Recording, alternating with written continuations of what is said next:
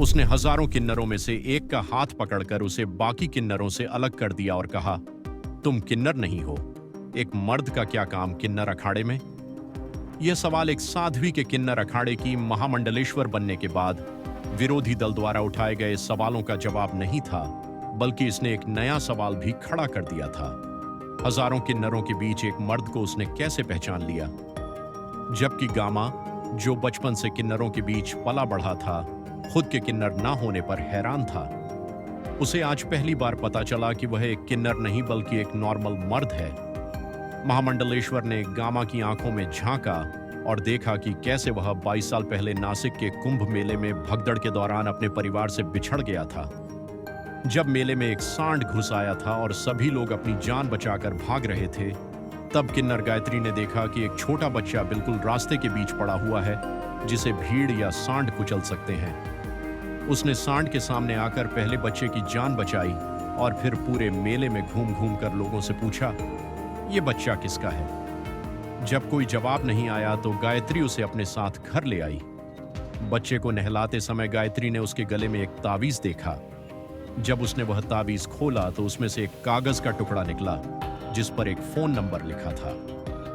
गायत्री ने उस नंबर पर कई बार फोन किया, लेकिन जब किसी ने फोन नहीं उठाया तो उसने वह कागज फेंक दिया और बच्चे को हमेशा के लिए अपना लिया।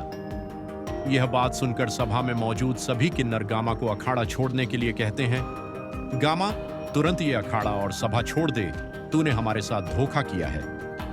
यह सुनकर गामा की आंखों से आंसू टपकने लगते हैं। उसे यकीन नहीं हो रहा कि एक ही पल में यह सब क्या हो गया। जिन्हें उसने बचपन से मौसी, खाला, बुआ माना, वे सभी एक साथ उसके सामने खड़े हैं और उसे अखाड़ा छोड़कर जाने के लिए कह रहे हैं। लेकिन गायत्री, जो हमेशा गामा की मां की तरह रही, आगे बढ़ती है और सिर झुकाकर कहती है, इसमें गामा की कोई गलती नहीं है। गामा हमेशा किन्नरों के साथ एक परिवार की तरह रहा है। उसने हमेशा अपने किन्नर धर्म का पालन किया है। मैं अपने बेटे को अच्छे से जानती हूँ। तभी एक किन्नर जोर से विरोध करते हुए कहता है, लेकिन गामा किन्नर नहीं है, उसे अभी के अभी अखाड़ा छोड़ना होगा। गायत्री अपने बेटे गामा की ओर देखते हुए कहती है, वह कहां जाएगा, यही उसका घर है। महामंडलेश्वर दोनों किन्नरों को शांत कराते हुए अपनी आंखें बंद करती है और फिर खोलकर कहती है, जो कागज का टुकड़ा 22 साल पहले गायत्री ने फेंक दिया था, वह उड़कर देवी मां की मूर्ति के नीचे चला गया था। वह फोन नंबर आज भी देवी मां की मूर्ति के नीचे पैरों में सुरक्षित है। यह सुनकर विरोधी दल के एक नेता का इशारा मिलते ही एक टीम वह कागज लाने के लिए नासिक के लिए निकल जाती है। गामा रोते हुए कहता है, मैं अपने असली माँ बाप के पास नहीं जाना चाहता। मैं किन्नर अखाड़े में रहने के लिए कुछ भी करने के लिए तैयार हूं। महामंडलेश्वर एक बार फिर अपनी आंखें बंद कर लेती है और कहती है, लेकिन उस माँ का क्या, जो पिछले 22 साल से एक कुंभ से दूसरे कुंभ भटक रही है, इस उम्मीद में कि ईश्वर ने अगर बेटा कुंभ में लिया है तो कुंभ में ही वह उसे वापस करेगा। इस पर साधु आश्चर्य से पूछते हैं, क्या गामा की मां इस कुंभ में भी आई है? महामंडलेश्वर आंखें बंद करके ध्यान लगाती है और फिर कहती है, हाँ, वह पातालपुरी मंदिर के अक्षयवट के नीचे खड़ी है। अखाध्य का एक किन्नर तुरंत मंदिर परिसर से निकलकर अक्षयवट जाता है और गामा की मां को लेकर सभा में पहुंचता है। गामा की मां सभा में आकर पूरी कहानी सुनाती है कि कैसे 22 साल पहले उसने अपना बच्चा खो दिया था। उसकी बात सुनकर सभी हैरान रह जाते हैं, क्योंकि जो कहानी किन्नर गायत्री ने सुनाई थी, वही कहानी हूबहू इस अनजान औरत ने भी सुना दी, जो पिछले 22 सालों से अपने बेटे को ढूंढ रही है। विरोधियों के पास इस सच्चाई का कोई जवाब नहीं होता। इसी बीच नासिक गई टीम मोबाइल पर पुष्टि करती है कि महामंडलेश्वर ने जिस मूर्ति के नीचे से कागज मिलने की बात कही थी, वहां से सच में एक पुराना कागज मिला है। हालांकि वह काफी जर्जर हो चुका है और उस पर लिखा नंबर भी धुंधला हो गया है। यह सुनकर साधु संत खड़े होकर महामंडलेश्वर को आशीर्वाद देते हैं और कहते हैं, अब कागज की कोई जरूरत नहीं, सत्य खुद सामने आ चुका है। इस जवाब से महामंडलेश्वर के विरोधियों की जमीन खिसक जाती है। विरोधियों में से एक किन्नर नेता आगे आकर कहता है, हम जानना चाहते हैं कि महामंडलेश्वर ने गामा को कैसे पहचान लिया कि वह एक मर्द है, जबकि गामा हमारे साथ सालों से है और हम कभी यह बात नहीं जान सके। महामंडलेश्वर विरोधी नेताओं की तरफ देखकर कहती है, मुझे सिद्धि प्राप्त हो चुकी है। अगर मैं यह बता दूं कि मैंने कैसे जाना कि गामा एक मर्द है, तो यहाँ आए हुए कई अतिथि मर्दों को किन्नर अखाड़ा ज्वाइन करना पड़ सकता है। इसीलिए हमें उन्हीं बातों पर चर्चा करनी चाहिए जो किन्नर अखाड़े और समाज के लिए सही हो।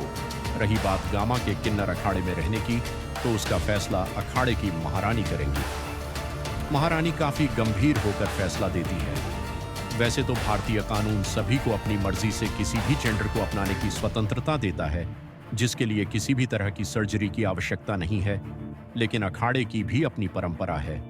अगर आज हम एक मर्द को अखाड़े में रहने की अनुमति दे देंगे, तो हो सकता है कि कल किन्नर अखाड़ा सिर्फ नाम का ही रह जाए और इस पर मर्दों का अधिकार हो जाए। इसलिए अखाड़े की परंपरा और संस्कृति को बनाए रखने के लिए गामा चाहे तो सर्जरी कराकर अखाड़े में रह सकता है या अपनी मां के साथ जा सकता है।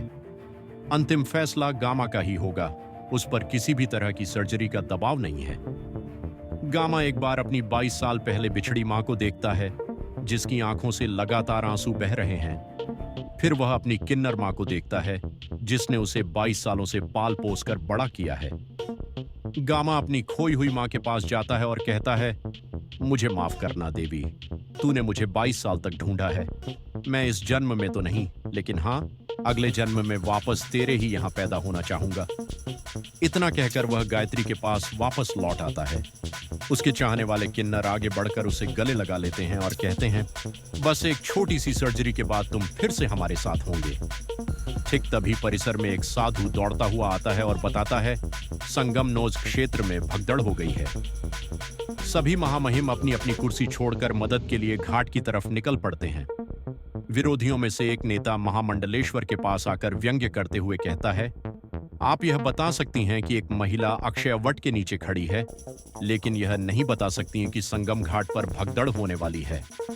इस पर महामंडलेश्वर शांत भाव से उत्तर देती है, भविष्य जानने का अधिकार केवल ईश्वर के पास है।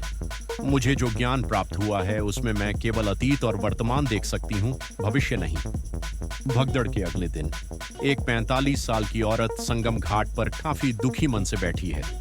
तभी एक साधु आकर उससे पूछता है, तू इतनी दुखी क्यों है? औरत घाट को देखते हुए कहती है, ये भगदड़ कब थमेगी? साधु उसकी आंखों में देखते हुए कहता है, ये सब परमात्मा की माया है। तू फिक्र क्यों करती है? जो तूने 22 साल पहले खोया था वह तुझे महाशिवरात्रि के अंतिम दिन मिल जाएगा। इतना कहकर साधु वहां से चला जाता है। क्या महामंडलेश्वर ने अपनी कुर्सी बचाने के लिए पूरी कहानी को एक नाटक के रूप में रचा है? क्या गामा अखाड़े में रहने के लिए सच में सर्जरी कराएगा या अपनी असली मां के साथ चला जाएगा? क्या सच में ईश्वरीय साधु इस तरह से महाकुंभ में अपने भक्तों का उद्धार करते हैं? सभी सवालों के जवाब आपको अगले पार्ट में मिल जाएंगे। चैनल सब्सक्राइब करना ना भूलें ताकि आपको अगले पार्ट का नोटिफिकेशन सबसे पहले मिले।